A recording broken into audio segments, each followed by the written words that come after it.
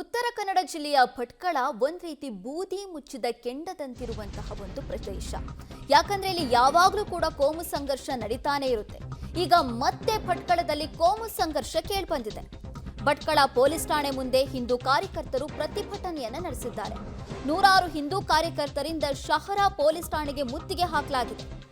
ಹಿಂದೂ ಯುವತಿಯನ್ನ ಕಾರ್ನಲ್ಲಿ ಮುಸ್ಲಿಂ ಯುವಕ ಕರ್ಕೊಂಡು ಹೋಗ್ತಾ ಇದ್ದಂತೆ. ಆಗ ಹಿಂದೂ ಮುಖಂಡರು ಕಾರನ್ನ ಅಡ್ಡಗಟ್ಟಿ ಆ ಮುಸ್ಲಿಂ ಯುವಕನಿಗೆ ಪ್ರಶ್ನೆ ಮಾಡಿದ್ದಾರೆ. ಆದ್ರೆ ಮುಖಂಡರ ಪ್ರಶ್ನೆಗೆ ಆತ ಸರಿಯಾದ ಉತ್ತರವನ್ನ ಕೊಟ್ಟಿಲ್ಲ.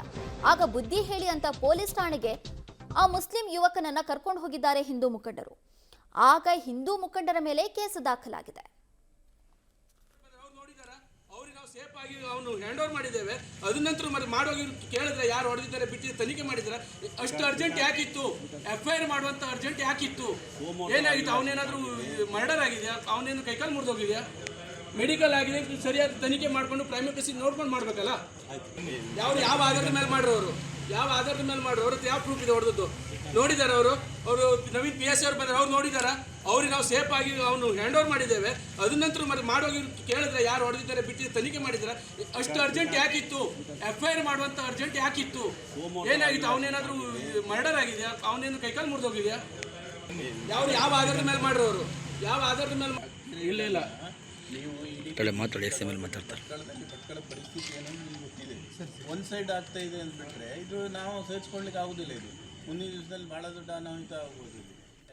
ಮುಸ್ಲಿಂ ಯುವಕನನ್ನ ಕರ್ಕೊಂಡು ಹೋಗಿ ಪೊಲೀಸರು ಬುದ್ಧಿ ಹೇಳಿ ಅಂತ ಪೊಲೀಸ್ ಠಾಣೆ ಕರ್ಕೊಂಡು ಹೋದ್ರೆ ಹಿಂದೂ ಮುಖಂಡರ ಮೇಲೇನೆ FIR ಹಾಕಿದ್ದಾರಂತೆ. ಅದನ್ನ ಪೊಲೀಸ್ ಠಾಣೆ ಮುಂದೆ ಕುತ್ಕೊಂಡು ಹಿಂದೂ ಮುಖಂಡರು ಪ್ರಶ್ನೆ ಮಾಡ್ತಾ ಇದ್ದಾರೆ.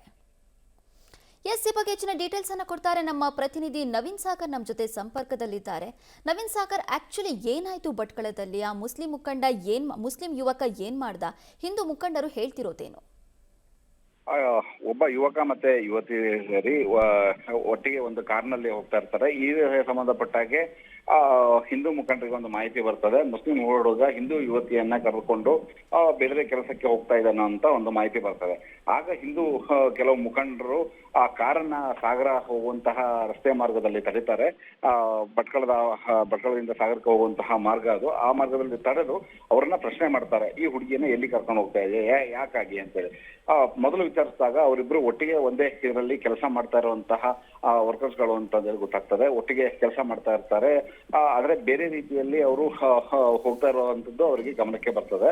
ಆ ಸಂದರ್ಭದಲ್ಲಿ ಅವರು ಪೊಲೀಸರನ್ನ ಕರೆಸ್ತಾರೆ. ಪೊಲೀಸರನ್ನ ಕರೆಸಿ ಇವರು ಕೆಟ್ಟ ಕೆಲಸವನ್ನ ಮಾಡ್ಲಿಕ್ಕೆ ಹೋಗ್ತಾ ಇದ್ದಾರೆ, ಇದು ಸರಿಯಲ್ಲ, ಈ ರೀತಿ ಮಾಡಿದ್ರೆ ಸರಿ ಆಗುದಿಲ್ಲ ಅನ್ನೋಂತ ಒಂದು ವಿಷಯಕ್ಕೆ ಅವರನ್ನ ಪೊಲೀಸರಿಗೆ ಒಪ್ಪಿಸ್ತಾರೆ. ಪೊಲೀಸರಿಗೆ ಒಪ್ಪಿಸಿದ ನಂತರದಲ್ಲಿ ಠಾಣೆಗೆ ಪ್ರಕರಣ ಹೋಗ್ತದೆ. ಆದ್ರೆ ಏನು ಪೊಲೀಸರು ಹುಡುಗರಿಗೆ ಬುದ್ಧಿವಾದವನ್ನ ಹೇಳಿ ಕಳಿಸ್ಬೇಕಿತ್ತು, ಅದರ ಬದಲಿಗೆ ಹಿಂದೂ ಮುಖಂಡರ ಮೇಲೆಯೇ ಅವರು ಒಂದು ಪ್ರಕರಣವನ್ನ ದಾಖಲಿಸ್ತಾರೆ. ಪ್ರಕರಣ ದಾಖಲಿಸಿ FIR ಆದ ನಂತರದಲ್ಲಿ ಅವ್ರನ್ನ ಹಿಂದೂ ಮುಖಂಡರಿಗೆ ಅದು ಬಹಳಷ್ಟು ಒಂದು ವಿರೋಧಕ್ಕೆ ಕಾರಣವಾಗುತ್ತೆ. ಯಾಕಂತಂದ್ರೆ ನಾವು ಬುದ್ಧಿವಾದ ಹೇಳಿ ಸಂಘರ್ಷಗಳಾಗಬಾರ್ದು ಅನ್ನೋ ಕಾರಣಕ್ಕಾಗಿ ನಾವು ಅವರಿಗೆ ಬುದ್ಧಿವಾದ ಹೇಳಿ ಪೊಲೀಸರಿಗೆ ಒಪ್ಪಿಸಿದ್ರು ಕೂಡ ಈ ರೀತಿಯಲ್ಲಿ ನಮ್ಮ ಮೇಲೆಯೇ ಪ್ರಕರಣವನ್ನ ದಾಖಲಿಸುವಂತ ಕೆಲಸವನ್ನ ಮಾಡ್ತಾ ಇದ್ದಾರೆ ಅಂತ ಹೇಳಿ ಭಟ್ಕಳದ ಶಾರಾ ಠಾಣೆಯಲ್ಲಿ ಹಿಂದೂ ಕಾರ್ಯಕರ್ತರು ಕೂಡ ಜಮಾವಣೆಗೊಳ್ಳುತ್ತಾರೆ. ಈ ರೀತಿ ಯಾಕೆ ಮಾಡ್ತಾ ಇದ್ದೀರಾ? ನಾವು ಒಳ್ಳೇದನ್ನ ಮಾಡಿದ್ರು ಕೂಡ ನಮ್ಮ ಮೇಲೆಯೇ ಪ್ರಕರಣ ದಾಖಲಿಸಲಾಗುತ್ತೆ, ಒಂದು ಕೋಮಿನ ಪರವಾಗಿ ಕೆಲಸವನ್ನ ಮಾಡ್ತಾ ಇದ್ದೀರಾ ಅನ್ನೋಂತಹ ಒಂದು ವಿರೋಧವನ್ನ ವ್ಯಕ್ತಪಡಿಸ್ತಾರೆ. ಇದೀಗ ಭಟ್ಕಳದಲ್ಲಿ ಒಂದು ರೀತಿಯಲ್ಲಿ ಹಿಂದೂ ಮುಸ್ಲಿಂ ಎನ್ನುವಂತಹ ಒಂದು ಸಂಘರ್ಷ ಮತ್ತೆ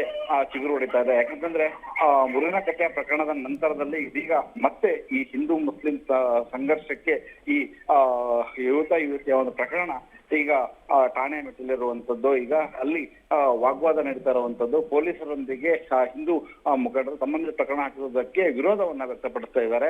ಒಂದು ವೇಳೆ ನಮ್ಮ ಮೇಲೆ ಹಾಕಿದಂತ ಪ್ರಕರಣವನ್ನ ವಾಪಸ್ ಪಡೆಯದೇ ಇದ್ದಾರೆ ನಾವು ಇಲ್ಲಿ ಉಗ್ರ ಪ್ರತಿಭಟನೆ ಮಾಡ್ತೀವಿ, ಭಟ್ಕಳನ್ನ ಬಂದ್ ಮಾಡ್ತೀವಿ ಅನ್ನೋಂತ ಹೇಳಿಕೆಯನ್ನ ನೀಡಿರುವಂತದ್ದು. ಹೀಗಾಗಿ ಒಂದು ಸಣ್ಣ ಸೂಕ್ಷ್ಮ ವಿಚಾರವನ್ನ ತಕ್ಷಣ ಠಾಣೆಯಲ್ಲಿ ಇದನ್ನ ಮುಕ್ತಾಯನ ಮಾಡುವಂತ ವಿಚಾರ ಈಗ ಸಂಘರ್ಷಕ್ಕೆ ಕಾರಣವಾಗುವಂತ ಹಂತಕ್ಕೆ ತಲುಪಿರುವಂತದ್ದು. ಥ್ಯಾಂಕ್ ಯು ನವೀನ್, ನಿಮ್ಮೆಲ್ಲ ಡೀಟೇಲ್ಸ್ಗಾಗಿ.